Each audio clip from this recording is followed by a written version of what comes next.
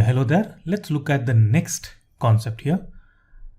Here we are going to see how to use the process of elimination aggressively, right?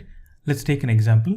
Spread by rat fleas, millions of people in medieval Europe were killed by the bubonic plague. We have this phrase underlined here. Now we need to choose between four options. Which option would replace the underlined portion? Option A would be the same as given in the question, which means it would be no change. Now, how do we do these kinds of questions? Okay, so first we know that we have a phrase here. So this is a modifying phrase which acts as a modifier, you can say. Right now, spread by rat fleas is a modifier.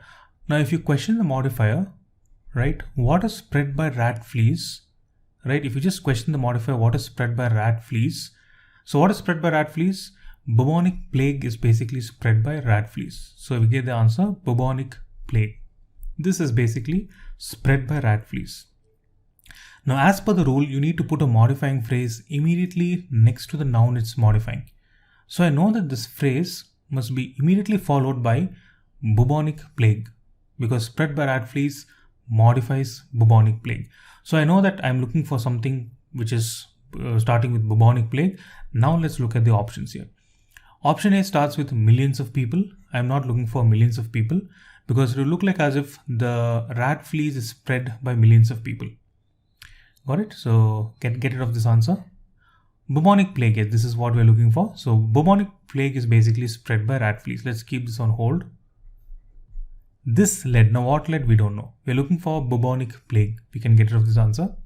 Now option D talks about bubonic plague. So what we have used here, we have kept option B and D on hold, and we have used process of elimination. So this is how the process of elimination actually works here. We know we're looking for something close to bubonic plague. We're using process of elimination. Now let's see between B and D which option should be the right one.